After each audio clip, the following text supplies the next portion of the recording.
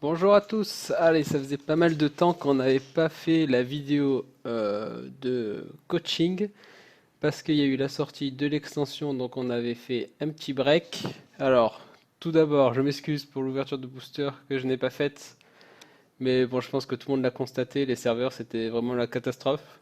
Donc, c'est-à-dire que j'ai pu ouvrir mes boosters, mais ça m'a pris bien 2 heures facile. Et du coup, je me voyais mal faire une vidéo avec les lags et les boosters où il y a 10 secondes de délai entre chaque booster pour qu'on puisse retourner les cartes.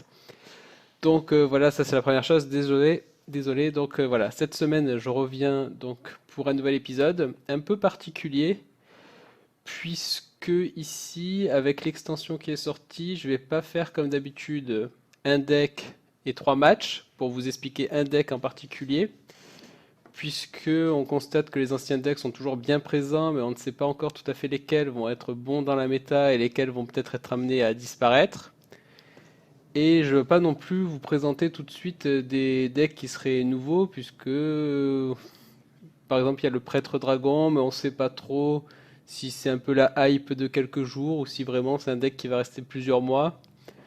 Donc, ce que j'ai décidé de faire pour ce premier épisode avec l'extension, c'est prendre 3 decks différents, mais où il y a l'extension dedans. Comme ça, j'approfondis pas chaque deck, mais on joue avec les cartes de l'extension et plus tard, on pourra revenir sur les decks là si s'ils sont toujours viables.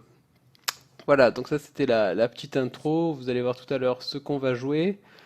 Donc là, maintenant, c'est le moment de faire des propositions sur ce que vous aimeriez voir. Bon, sans vous montrer toute la collection, j'ai de quoi. À part quelques cartes inutiles, j'ai toutes les cartes, toutes les légendaires qu'il faut, tout ce qu'il faut pour vous proposer. Voilà, je crois qu'il me manque que ça qui pourrait être utile. Sinon, le reste, voilà, les rares légendaires que j'ai pas, elles sont inutiles. Donc, simplement, voilà, n'hésitez pas à me faire des propositions. Je suis en mesure de faire n'importe quel deck qui pourrait voir le jour et qui pourrait vous intéresser. Ça, c'est une chose. Maintenant, on est parti pour faire 3 matchs, mais un match avec chaque deck, soit nouveau, soit qui comporte un peu de l'extension. Donc, j'en ai 6 qui m'ont intéressé là depuis que l'extension est sortie. Il y en a que j'ai pas du tout testé, on peut les tester ensemble. Celui-là, je n'ai pas encore joué. Celui-là j'ai un petit peu joué, celui-là j'ai un petit peu joué, mais j'ai testé beaucoup de tests. Alors un des decks que je trouve renforcé c'est Tempomage. Un des decks qui a beaucoup de potentiel c'est Dragon. Un des decks qui est super fun à jouer c'est Paladin. Et on finira peut-être avec le Chasseur. Voilà, le Chaman aussi. Donc je vais commencer. Je vais pas jouer le Tempomage parce que je crois qu'il n'y a pas énormément de nouvelles classes. On verra, on verra.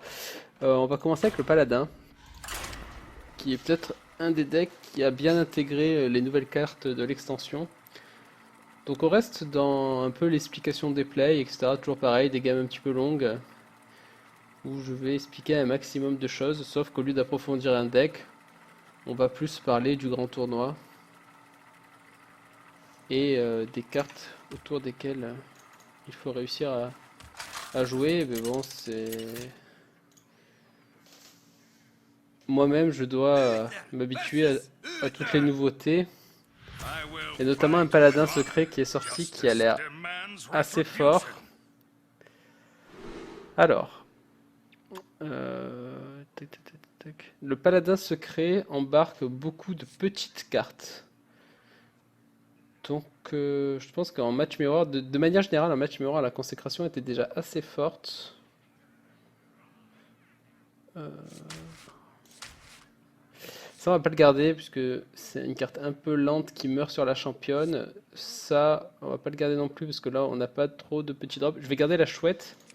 Puisque ce paladin secret joue également la carte gagne +1/+1 pour chaque secret qui est joué. Le deck comporte au moins 8 secrets. Je ne l'ai pas encore testé.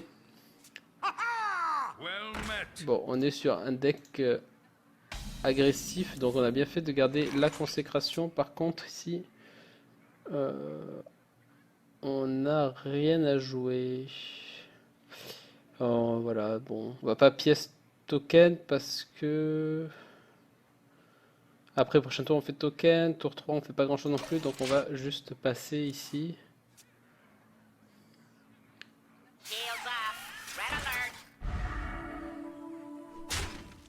Voilà, je pense que je vais pièce muster. Puisque je viens d'avoir le régiment. Donc là, il n'y a pas de carte TGT, mais il y en a un. Alors, je vous dis vite fait ce qu'il y a dans le deck en termes de TGT. Il y a le Murloc que vous avez vu au début en 2 exemplaires. Qu'est-ce que j'ai d'autre? Je suis en train de regarder. J'ai la 5-5 qui peut éventuellement me soigner et qui devrait bien marcher dans ce match-up. J'ai la justicière qui change mon pouvoir héroïque. Donc ça fait 5 cartes sur 30. Voilà, c'est quand même pas mal. Ça fait un bon 20% quoi. Voilà, je peux jouer la chouette et prochain tour pièce consécration. Mais je pense que je préfère quand même faire le régiment et je pourrais toujours Aldor plus tard.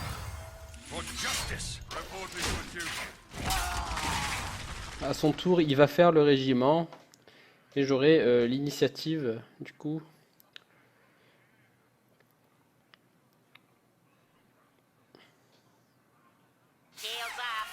Pas le régiment.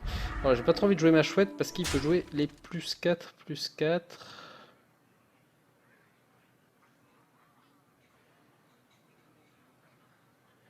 On remarque si je joue ma chouette, je pourrais toujours Aldor s'il fait plus 4, plus 4.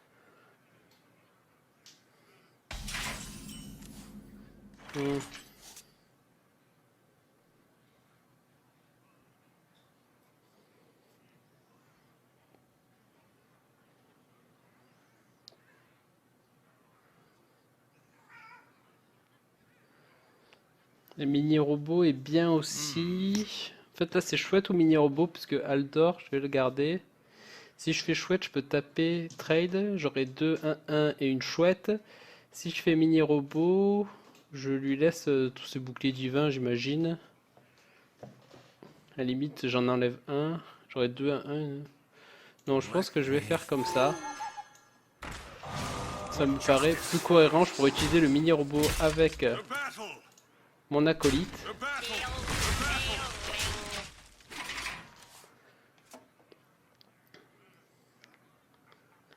Du coup, je suis un peu hors curve, mais bon. Je pense que c'était important de jouer le régiment puisqu'il a beaucoup de créatures à 1 point de vie. Voilà, il met le plus 4, plus 4. Moi, je vais sortir Aldor. Je vais juste peut-être enlever le bouclier divin.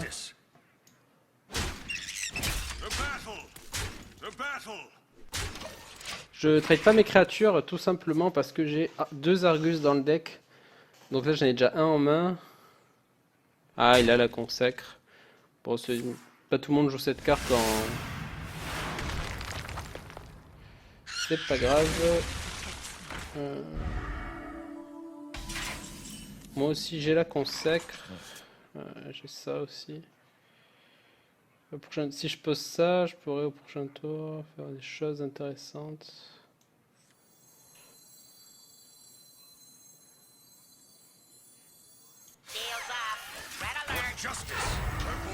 Il n'y a plus que 2 cartes.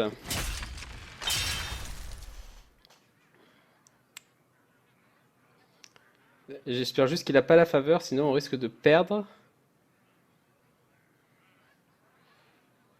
Ouais, c'est juste la faveur qui me fait un peu peur, sinon le reste ça peut aller. Bon là le Argus, je pense qu'il va tomber.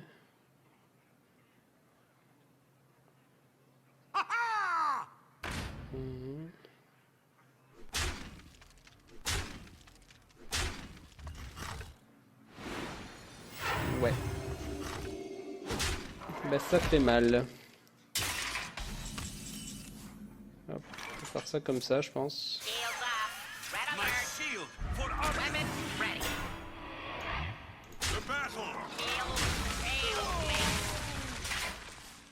On peut se soigner, mais deux par tour, donc c'est pas énorme.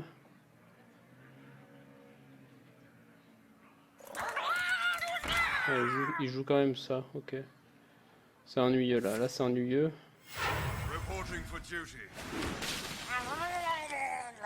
Bon, ça va, il a pas eu la meilleure.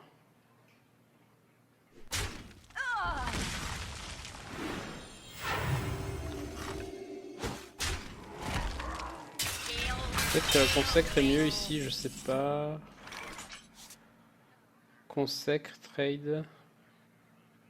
Si je tape avec ma tête, je perds 3, je gagne 2, je suis à 3. Après je fais ça, ça.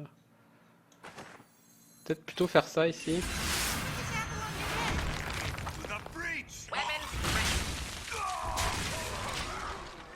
Ça va être, je pense, un petit peu compliqué là.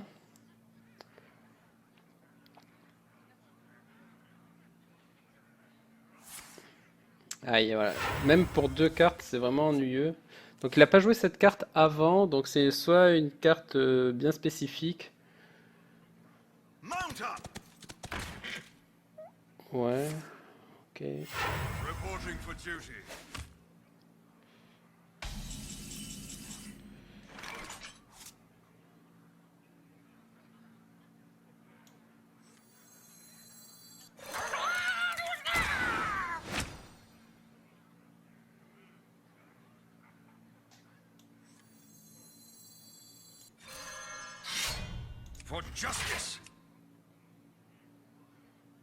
Je reste à 4, si je fais ça, je meurs sur silence championne.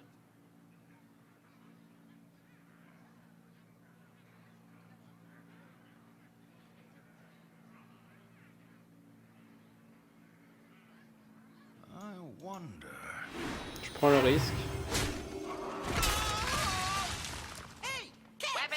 Là, on tape avec celui-là puisque il est déjà sensible à la consécration. Si je tapais face, je gagnais qu'un point de dégâts sur le héros puisque je devais trade avec mes 2 créatures. Donc je tapais à 4 là, mais je tapais pas à 3 ici. Donc je gagnais concrètement qu'un point de dégâts et 2 points de vie.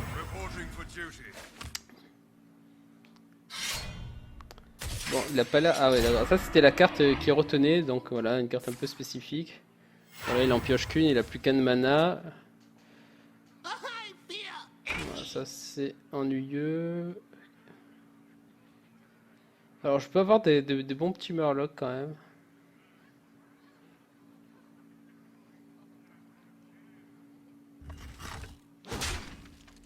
Ok. Il a dû avoir une bonne raison de taper, hein, j'imagine. Non. C'est une de carte. Alors, je vais regarder oui, ce que j'ai comme Murloc. Celui-là il est. Non, celui-là c'est celui avec le Battle Cry. Bon, j'ai eu un sacré bon jongleur.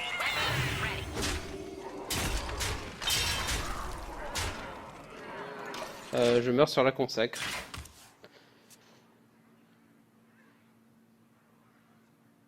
En fait, non, j'ai. Oui, non, j'ai eu un sacré bon jongleur. Je meurs sur sa deuxième consacre. Je meurs toujours sur Chouette Charge. Ou même sur Arcane Golem aussi, je meurs. Ah non, je meurs pas parce qu'il doit taper dans ma provoque, donc c'est lui qui meurt.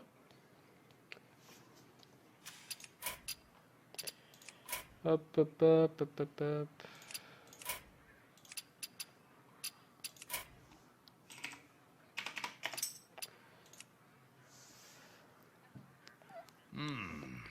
Bon, vous voyez, le deck est vraiment bon. En fait, ce deck qui a été fait là avec quelques cartes du grand tournoi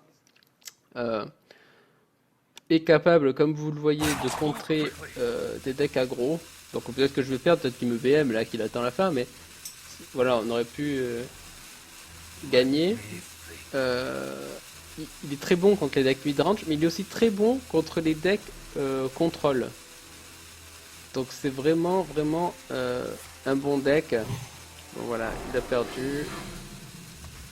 Il nous a bien fait perdre du temps sur la vidéo. Magnifique. Donc voilà, le premier match remporté contre Paladin Aggro. Donc voilà, ce deck, je vous montrerai peut-être les listes qu'on aura jouées à la fin. Ce deck est vraiment bon contre tout type de deck. Pardon. Alors on va enchaîner sur Un autre deck qui intègre du TGT. Bon, de toute façon, ces decks, si on les voit pas aujourd'hui, on les verra dans une vidéo qui leur seront dédiées. Donc, on va finir par le Hunt. J'hésite à vous montrer soit le prêtre dragon, soit le chaman. Et je pense que je vais faire le prêtre. Parce que si finalement c'est pas viable dans les semaines qui viennent, on aura peut-être plus l'occasion de le jouer, donc on va le jouer maintenant.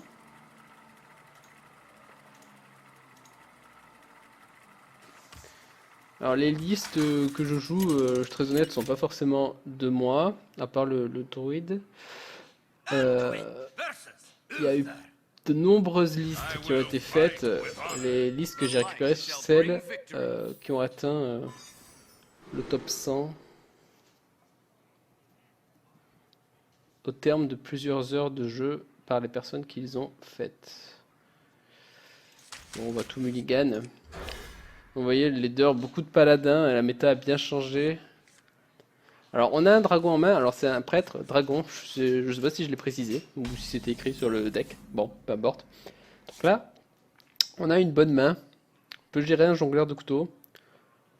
Cette carte est quand même très forte, cette carte également, donc une bonne main ici. La force de ce deck, bah, j'ai pas joué énormément, hein. Je vous présente des choses, mais je vous avoue que j'ai beaucoup regardé des streams. J'ai joué également, mais pas énormément. La force de ce deck, c'est vraiment... quand j'ai joué ce deck, j'avais vraiment le sentiment que mon adversaire n'arrivait pas à gérer les 2-3 créatures que je posais. C'est-à-dire que là, si avant le tour 4, je mets un choix de Velen, ou rien qu'un mot de pouvoir bouclier, il va avoir du mal à le gérer. Alors, ici, on a des options qui s'offrent à nous. Il a encore la pièce, il peut très bien pièce plus championne. Donc les deux options qui s'offrent à nous ici sont de poser une 3-5 qui résistera à la championne une fois qu'on aura fait ce trade. Après, il va venir nous tuer.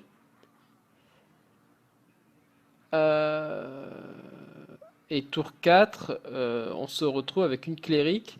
Mais s'il fait la championne, on ne sera pas en mesure de blesser notre technicienne et de la soigner. Donc notre clérique, on ne pourra pas la poser. Du coup, voilà. Notre autre play, c'est de poser la clérique maintenant et de soigner. Il fait la championne, mais après on se retrouve simplement avec une petite clérique. Mais on aura pioché une carte. Là ici, je pense que je value plus de piocher la carte par rapport à ma main qui est pas terrible. En fait, je fais ce play parce que j'ai pas de tour 4. Si j'avais un tour 4, je pense que j'aurais fait ce play.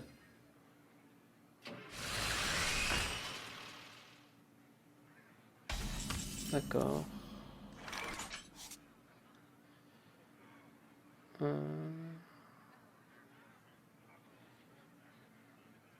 Ici,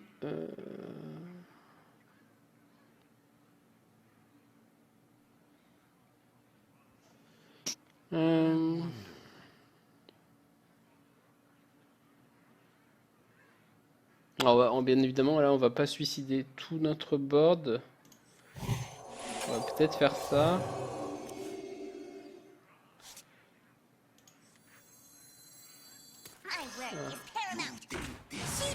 Bon, malheureusement, pour l'instant, on va devoir laisser le déchiqueteur. On a vu qu'il n'avait pas la championne. Du coup, maintenant, il va devoir consècre. Et pour lui, c'est une mauvaise consècre. Donc c'est pour ça qu'on fait ce play. Parce que s'il fait la consècre, il tue que ça. Ah ouais, il avait la championne, il a préféré poser ça. Du coup, c'est un peu une erreur contre prêtre qui peut facilement buffer. C'est une des seules cases qui peut buffer ses créatures. Donc je pense qu'on pouvait les tuer. Tuez-les. Parce que sinon, bah, vous vous retrouvez dans des situations un peu comme celle-ci. Et c'est ennuyeux. Alors, on a beaucoup de play, donc c'est intéressant. Est-ce que c'est intéressant d'utiliser le Blackwing Corruptor prochain tour? Je sais pas trop ce qu'il peut jouer en paladin. Je trouve qu'ils ont un peu coupé les crash vases et des trucs comme ça. Donc tour 5, il peut jouer la 5-5. Du coup, on pourrait faire là ça, plus ça au prochain tour. Euh, On va peut-être regarder le repop du déchiqueteur. Pour commencer.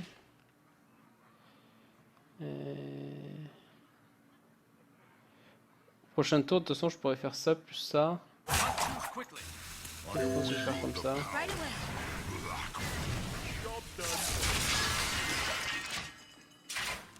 Ici, je préférais voir le repop en premier. Des fois, d'avoir beaucoup d'options, c'est pas une bonne chose. Bon, là, ça va, il prend 3. Il me laisse ça et ça. Je trouve que c'est bien. Ouais, c'est très bien, même. Bon, ça, je vais le tuer, c'est l'évidence. Maintenant, ma deuxième cléric. Je peux piocher 2 cartes. Je pourrais toujours... un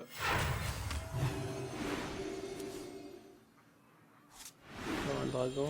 quand même.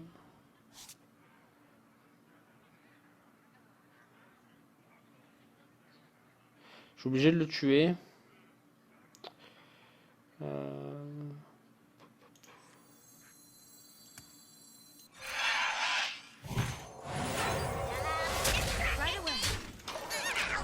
suis vraiment obligé de le tuer.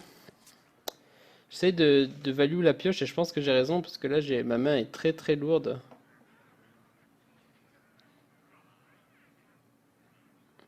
En fait, ce board elle empêche de poser des tokens et égalité consec contre des cartes qui coûtent 1, c'est vraiment pas terrible. Bon là ça y est, il va pouvoir faire son... Ah non. Alors là je comprends pas trop l'intérêt de poser ça et derrière de ne pas faire le pouvoir héroïque. Je sais pas.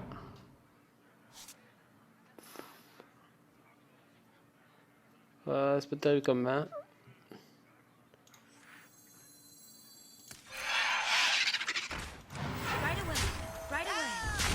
Bon, j'ai dû lui laisser, mais d'un autre côté, moi j'ai Shilmo qui est vraiment fort. J'ai Rand Blackhand pour Tyrion ou une autre légendaire, mais bon, en général, il y a Tyrion. Donc là, en fait, le deck qu'on affronte, c'est un petit peu le deck qu'on jouait tout à l'heure.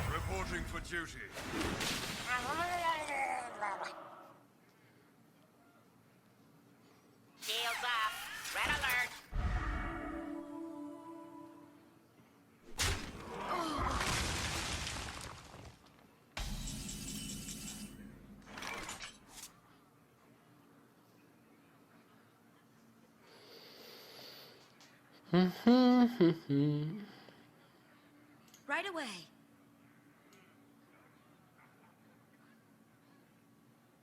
Je vais piocher.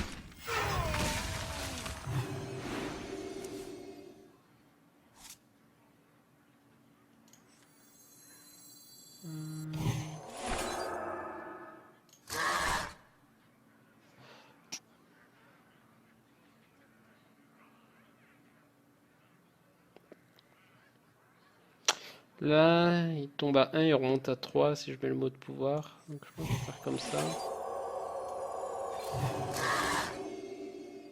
Ouf, merde. Ah, j'ai attaqué le mauvais. Ouais, c'est pas grave.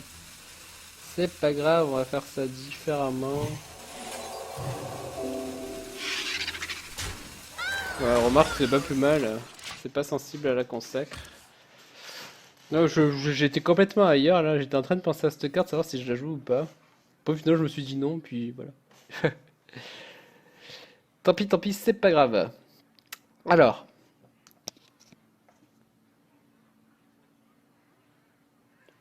De toute façon, en fait, finalement, je me dis non, je la joue pas parce qu'après, sur égalité consacre ou ce genre de choses, je perds beaucoup.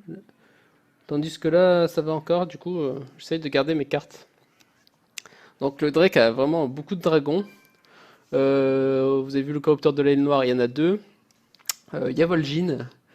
Il y a le nouveau Twilight Gardien qui est très fort.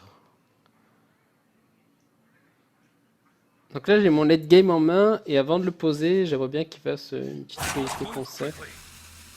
Alors je pense que mon mot de pouvoir, je vais le garder pour une carte qui me gênerait vraiment. Bon voilà, l'égalité qui arrive, la consacre.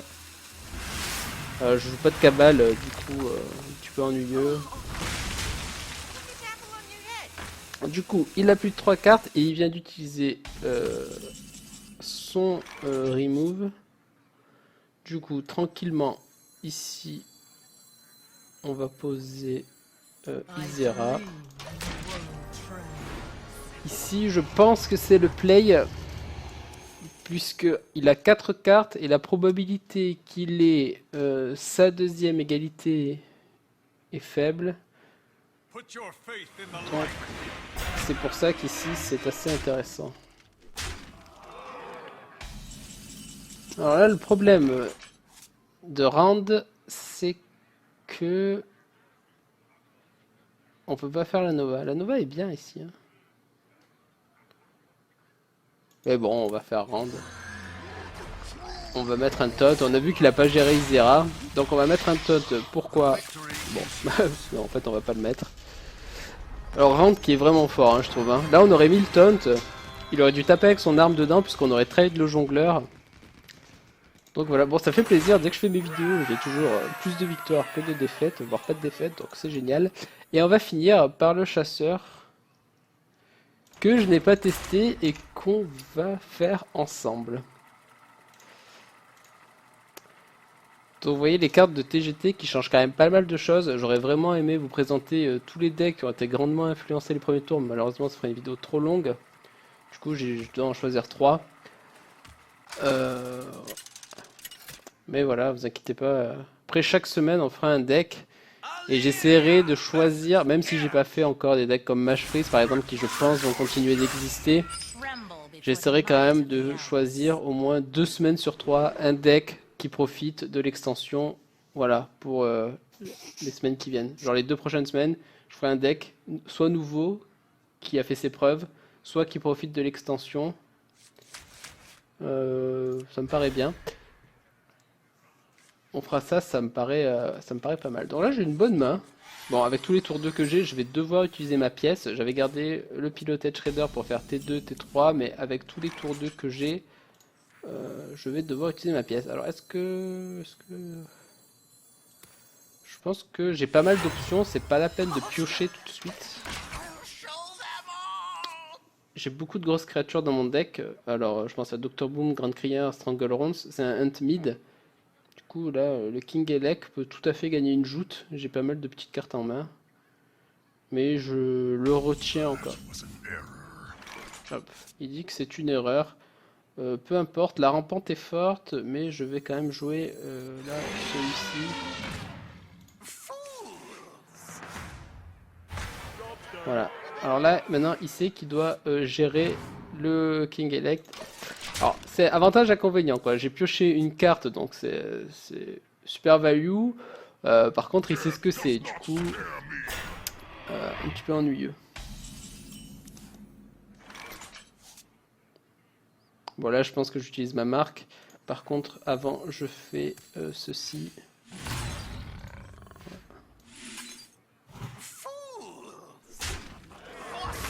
Là, j'ai 2 bêtes, je pense qu'il va y avoir du mal à gérer les deux. Ouais, la chouette, c'est un petit peu dommage. La chouette, c'est un petit peu dommage, mais bon.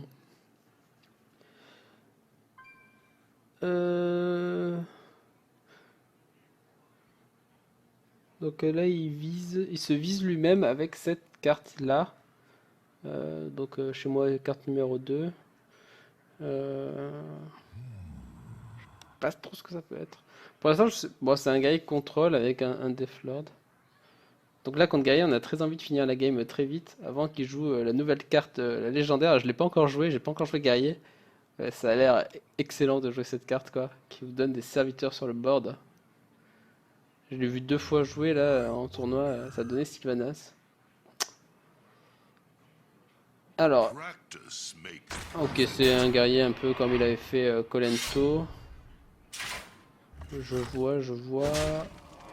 Là, il se prend 4. Moi, je vais trade avec ma chouette. Faire mon maître chien, je pense. Donc voilà, là, c'est vraiment dommage de ne plus avoir la chouette. contre cet adversaire qui a l'air de jouer des serviteurs provocation. Je vois quel deck c'est, je l'ai vu Kolento le jouer. Ça avait l'air, franchement, ça avait l'air fort et ça avait l'air fun. Et pour revenir au tournoi, il y a eu l'Archon Team League hier. Donc avec les cartes de l'extension, et très franchement, ils n'ont pas pris de risque. C'était à 90% des decks comme il y avait avant, avec quelques nouvelles cartes.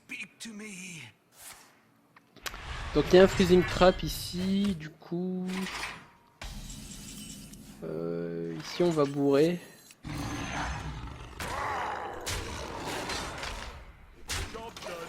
Voilà, j'ai pas envie de trade. Tant pis si c'est une petite carte qui proc le freezing. J'ai bientôt le létal là avec mon board. C'est-à-dire que là il doit baston. Si sa carte sort, bah sa carte sort, mais moi j'ai quand même de la ressource. Bon, il a pas baston, donc là je crois que j'ai gagné. Qu'est-ce que c'est? Ah oui, d'accord, c'est ça. Bon. Bah, ça change rien, j'ai gagné. Voilà, c'est ça, c'est le deck que jouait Kolento, beaucoup de provoque et ça qui met +2/+2. Bon, sauf que forcément le deck, je pense qu'il est tout de suite plus fort quand c'est Kolento qui le joue.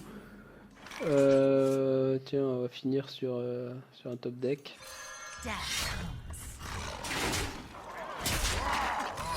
Voilà. Bon bah 3 matchs, 3 victoires, donc vous avez vu qu'il y a quand même des bons apports sur l'extension. N'hésitez pas à faire vos propositions, je vais vous montrer les listes rapidement. Je vais vous montrer les 6 listes. Hein. Ou normalement je vais vous montrer celle que je jouais, c'est plus logique. Non, peut-être le tempo-mage quand même, parce que j'aime bien.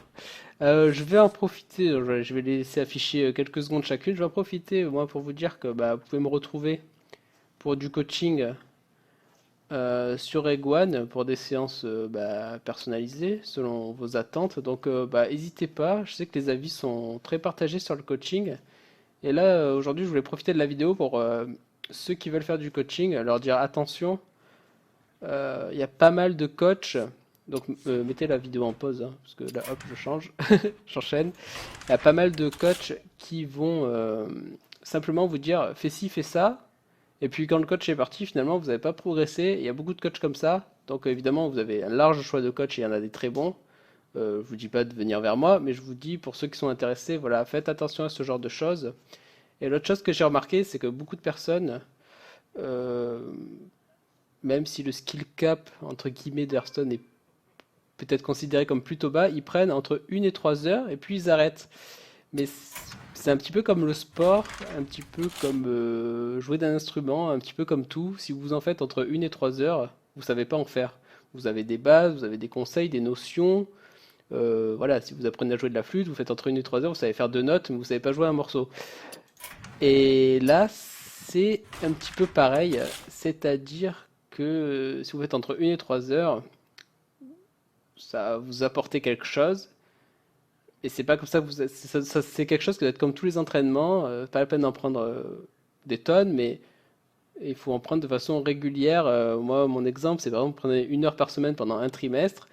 Vous faites l'heure de coaching, vous avez des conseils, ensuite vous jouez seul et vous notez les difficultés que vous rencontrez. Vous prenez des screenshots de situations dans lesquelles vous n'êtes pas sûr d'avoir fait le bon choix. Et la semaine d'après, vous revoyez votre coach, vous passez un moment avec lui, vous faites des matchs, mais également vous discutez de vos problèmes et de vos screenshots. Et à ce moment, et là, il y a un vrai progrès. Donc voilà, c'est le petit conseil que j'avais donné à ceux qui sont intéressés par ce genre de pratique. Voilà, moi-même, je pense que je vais prendre du coaching de Rocket League. Et voilà, si j'en prends 1 à 3 heures, ça sert à rien. Mais voilà, il faut que j'en prenne de façon régulière. Voilà, c'était mes petits conseils de fin de vidéo. J'espère que ça vous a plu. Je vous retrouve la semaine prochaine avec 3 matchs sur un même deck. Et voilà, donc je vous dis à la prochaine. Ciao, ciao tout le monde.